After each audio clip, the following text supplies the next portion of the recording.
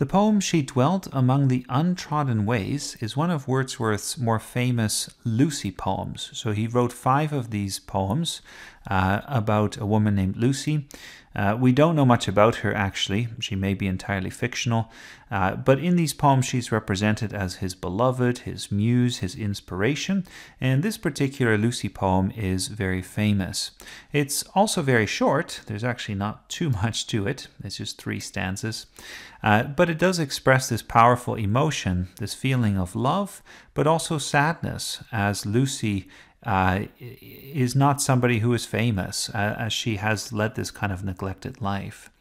So the genre of this poem is a kind of ballad. We can also classify it as an elegy, or even simply as a song. It has a ballad-like rhythm to it, and each of these lines scans kind of the same way. So we have 8 syllables here, then we have 6, then we have 8, and then we have 6 again, and that pattern repeats itself. Now you can see that sometimes Wordsworth has to run a couple of sounds together to make sure that it scans properly. But if we get to the end, sometimes he also does interesting things with the rhythm. So if you look, for instance, at the last line, the difference to me, you can kind of hear how you start with the difference to me. If you really wanted to stress difference, I guess you could. But what you really see there is that there are all these there's this sort of lack of stresses before you get to the final me. And that me really stands out then, right? There's almost something kind of egocentric about this poem in some ways, the way in which we know so little about Lucy, but we know a lot about the speaker and the speaker's emotion. In some ways, then, the untrodden ways in the opening line may also refer to the poet. The poet is walking on these untrodden ways, going in new directions, but also discovering things in nature that are neglected and that people don't pay attention to. So in some ways, this poem might seem a little bit self-centered, but that's often the case with many romantic lyrics, because they're all about how the speaker perceives nature, the world around him or her. Okay, so if we think then about Wordsworth's aims in this poem, it's worth thinking about his preface to Lyrical Ballads. And in the preface, he talks about how he wants to represent common life. Okay, he's drawn to nature. He wants to simplify things, and we can see that in this poem as well, with its simple diction and its simple and humble subject matter. He also talks about the essential passions. And part of this is a focus on sincerity, or candor, as people like to say back then, on being genuine. As if you're living in the city, let's say, you're more guilty of affectation and pretense, whereas if you go into the countryside and you see common and rustic people, it's as if they are closer to nature. They're more open, they're more plain, and Wordsworth wants to kind of bring out their positive qualities. Their language, the language of common folk, is also closer to nature. Okay, so language is natural.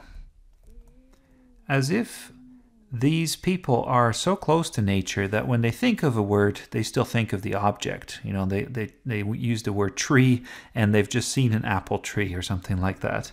Wordsworth seems to imply that the closer we are to nature, the closer our words are to that reality, the more honest we are. And you might argue that that's quite a mistaken notion. It's not necessarily the case that complex language is by default dishonest, or more likely to be so. And if you know any farmers, I'm sure that you know they can be equally devious and treacherous.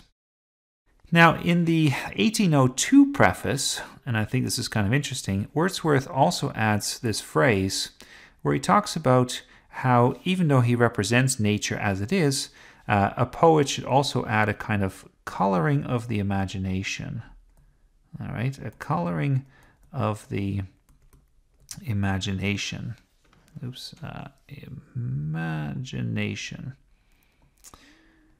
And that's fascinating because it suggests that what the poet is doing is, in order to make nature come alive, we have to really add some imaginative effects, because otherwise these objects around us, the things that we see, are not going to have an emotional impact. And it's actually worth having a look at a different passage from Wordsworth's friend Coleridge to really bring this out. So before we jump into a close reading of the poem here, let's first have a quick look at this short selection from Coleridge's chapter 13 of Biographia Literaria. Okay, this is a very famous chapter in which he talks about the two kinds of imagination. And the first imagination is really the intellect, in the way in which we understand the world, in which as we process the objects around us. The major influence here, by the way, is Kant. Okay, so Immanuel Kant. And Kant talks about the productive imagination. So the productive imagination.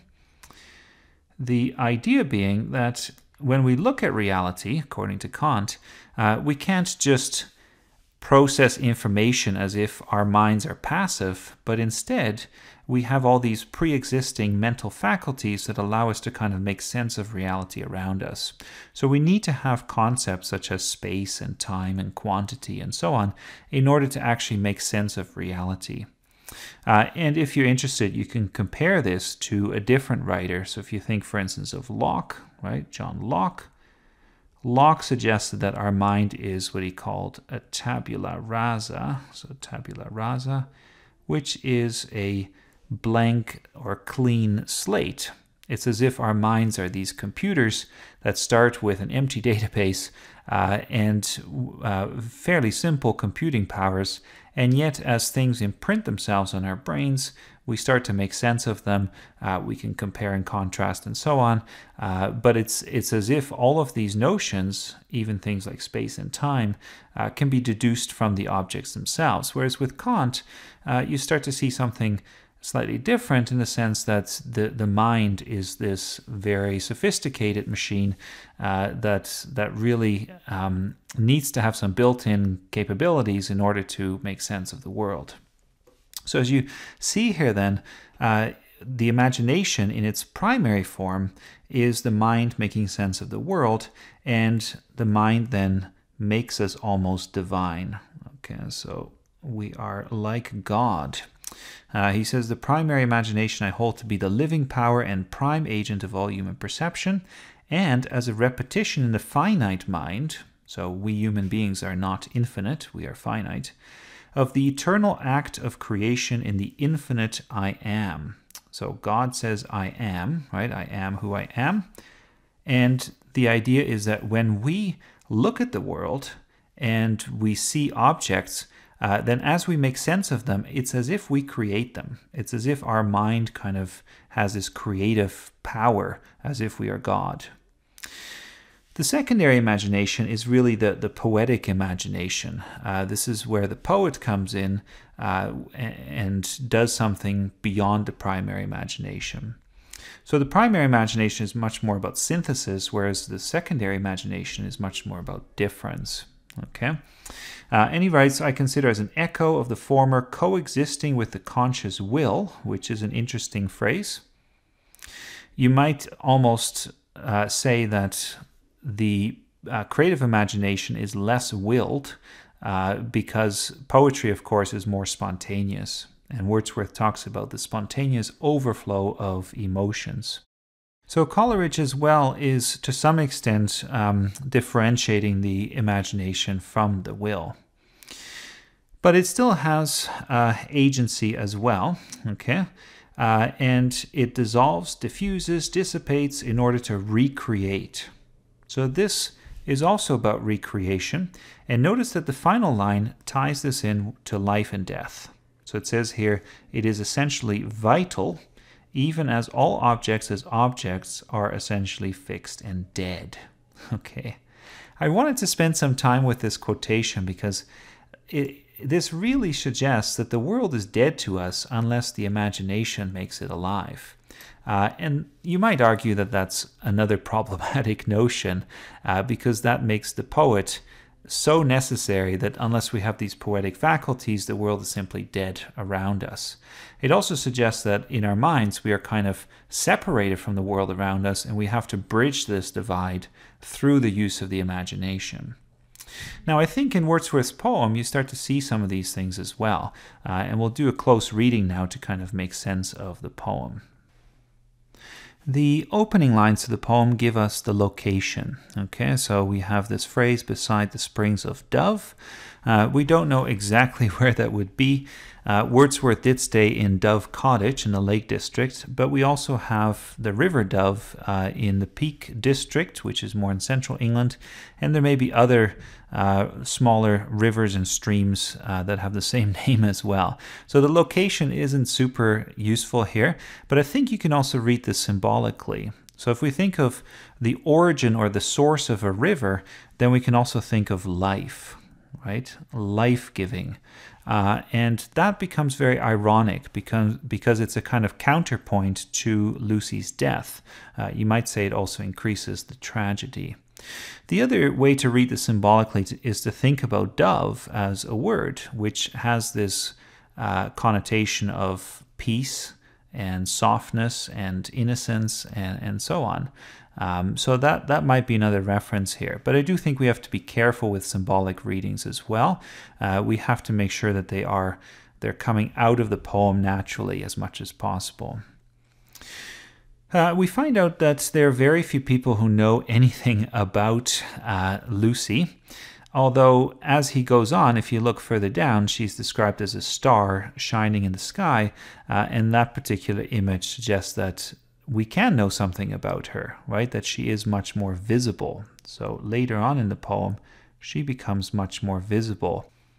And in fact, in the second stanza, there is a kind of contrast, right, between the visible and the half-hidden. So these two things are in tension with each other. The other thing that we see here, the other contrast here, is that the violet is low and humble, right? Low and humble, close to the earth, whereas the star is much more exalted. We have two very different images then for Lucy, and it's as if the poet can't quite make up his mind about which one is more accurate. Now, this notion that she is half hidden ties in with what we were saying before about how the imagination is important to discover nature. That nature by itself is, as Coleridge said, a bunch of dead objects. It is hidden from us, and we have to use our imagination to make it come alive. Shelley uses a lot of the same imagery too. He loves to use the image of a veil, right? Which is kind of Platonic, but it has the same sense of going through the veil or beyond the veil to see the truth. The second stanza also shows the use of the imagination, because we start with a metaphor, right, a violet, and we end with as a star, which is a simile. So the shift here is really from the first stanza, which is fairly objective, to the second stanza, which is this coloring of the imagination that we looked at before, which is necessary now as we move beyond simple language to something a bit more poetic. Okay. The last stanza returns us to this notion that she is unknown, right? And the fact that the poet has this relationship with her makes her special. She is in her grave, but her death means a lot to him. Okay. And part of why it's so touching is the fact that she is depicted as very fragile, as very fleeting. If we think back to the violet, right, a flower that's very tiny and fragile. If we think to the star that's only seen for a moment, if we think back to that, we can see that her identity is fragile and it passes quickly. And so the fact that she died young and early suggests that there's this incredible grief for her.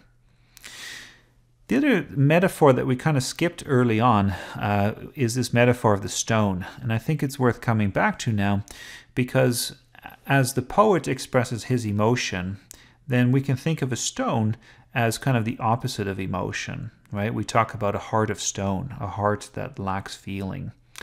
So it's a great image that presents a kind of contrast. Again, we have to be careful not to push it too far. I saw online on one website, somebody suggested that the mossy stone stands for Lucy's slimy husband, who kind of hides her behind him, which I think is a bit ludicrous, but you know, some people come up with interesting explanations. So let's sum up then what we have seen here. What we've noticed is that this poem is all about feeling and emotion, and one of the main ideas then is that the imagination leads to sympathy. Right? The creative imagination, as it's often called, leads to essential passions, of which sympathy and kindness is one of the strongest ones. And if you have that sympathy, then you are sensitive, right? Then you are in touch with nature, and you are a nobler human being. And the poet then is really demonstrating his own sensitivity. He's demonstrating how connected he is to nature. There is, of course, some irony in the fact that she has no language in this poem, whereas he is the only one speaking. And we end with a kind of paradox then, that she is most alive to him in death, which one might say is rather ironic. So I hope you've enjoyed this overview of the poem. It is a quintessential romantic poem and a great one to study in detail.